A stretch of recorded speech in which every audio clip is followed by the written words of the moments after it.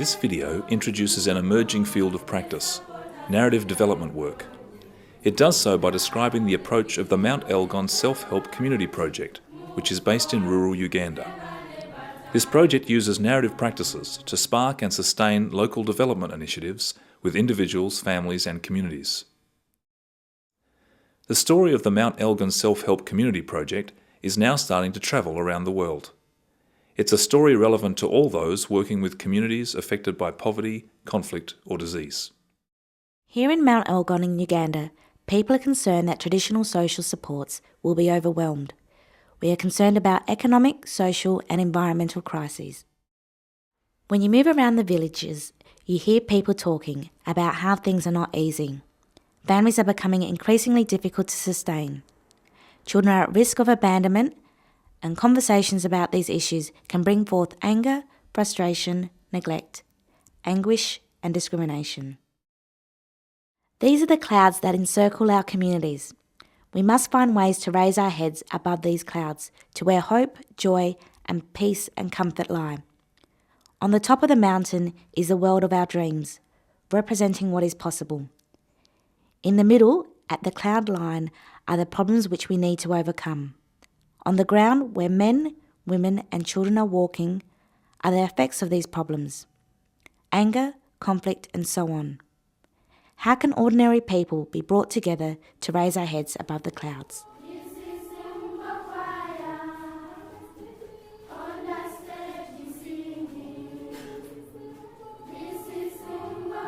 Even in circumstances of poverty, disease and hardship, communities have their own resources. Community members have their own histories and particular knowledges and skills. They have their own hopes and dreams. We are using these existing resources. We're using our own histories in ways that inspire action. Kalabukungu and the Mount Elgon Self-Help Community Project have developed a particular form of narrative development work. They use the following process to raise people's heads above the clouds.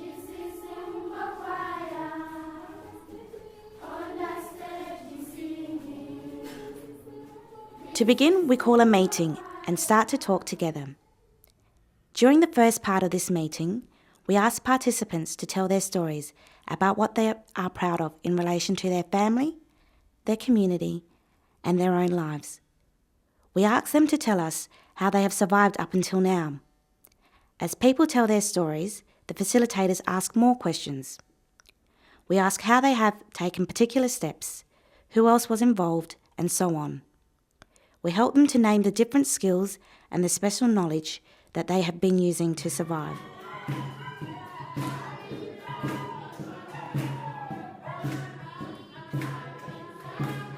After people have shared their stories, the Mount Elgon volunteers stand up and speak. We offer outsider witness responses. We speak about what we have heard in people's stories and what was most important to us. We describe how these stories have affected us. These outsider witness conversations powerfully honour people's skills and knowledge. These retellings take place in a ceremonial way. We take care to honour people's stories through song and traditional dance.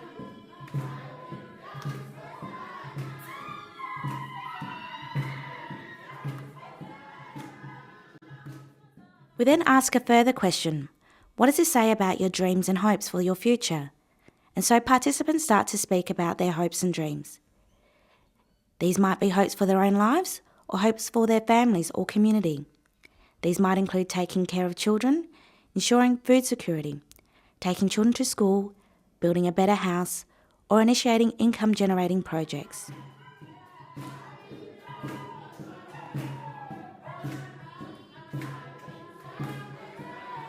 Once people start to speak about their dreams, we want to learn about the history of these dreams. Where did these dreams come from? Who passed them on? There is always a social history to people's dreams and wishes. By inviting people to speak about their hopes, and then by tracing the social history of these, a rich textual heritage is created. It is this process that's referred to as raising heads above the clouds.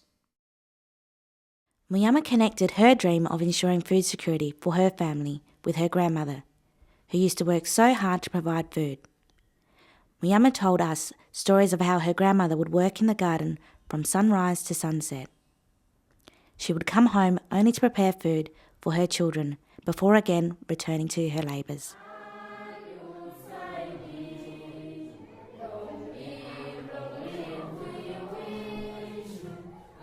We then challenged participants to take an action, to come up with a particular assignment that will be the next step towards fulfilling their dreams. It can be a small step or a large step. Our entire approach is built around making it possible for people to take action, and then ensuring that this action is sustainable.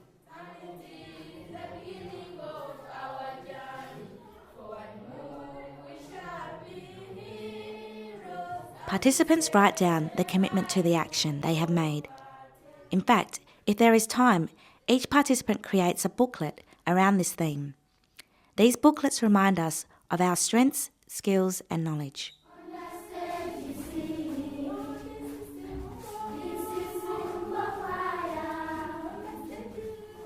These documents are then read aloud and shared among the group. They are also placed in our community library.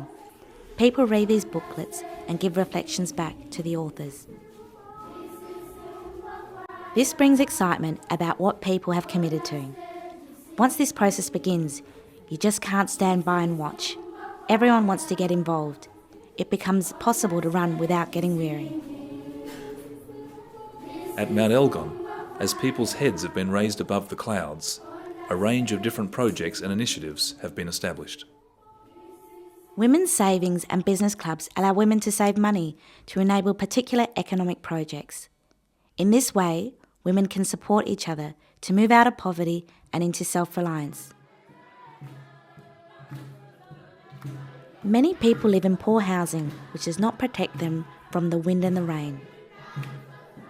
So we have developed ways to mobilise the community and build new homes.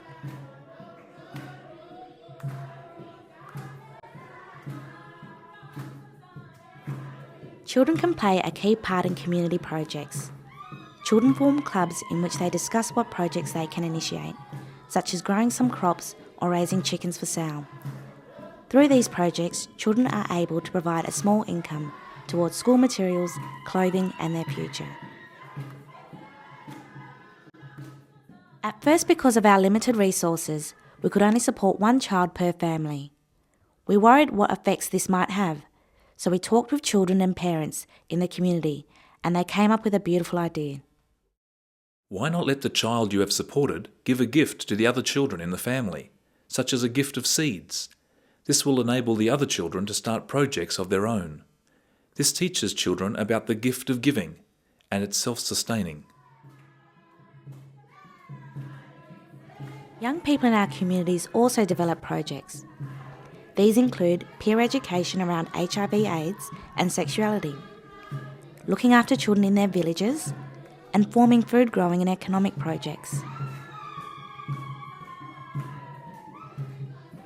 Most of the villages rely on firewood for cooking, and this leads to health and environmental problems. So we have started a solar and windmill project, which allows us to cook, have light, and run pumps to help cultivate our crops.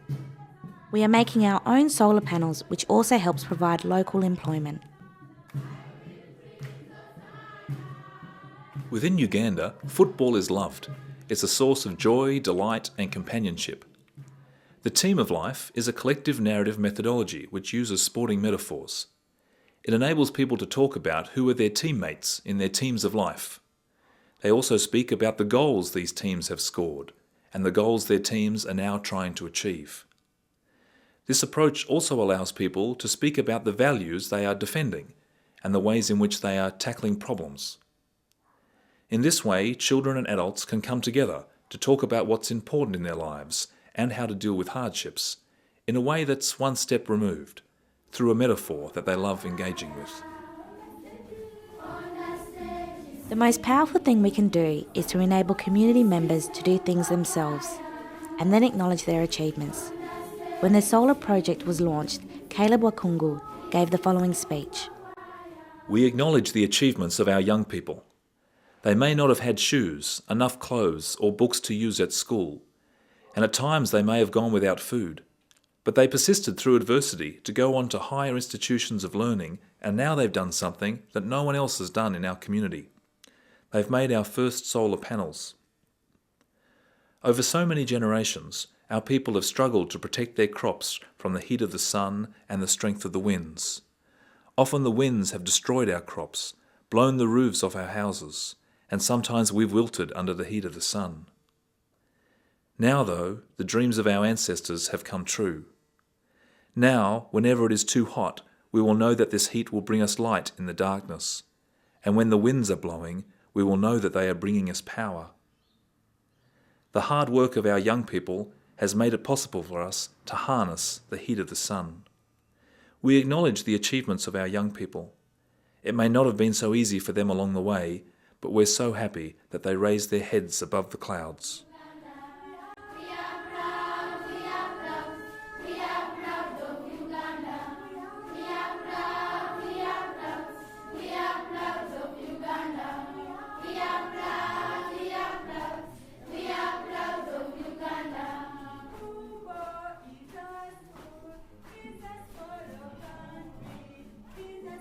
This video provides just a brief sketch of the work of Mount Elgon and narrative development work. More information about the Mount Elgon Self-Help Community Project is contained in the publication Raising Our Heads Above the Clouds, the Use of Narrative Practices to Motivate Social Action and Economic Development. This book can be ordered from Dalit Center Foundation International.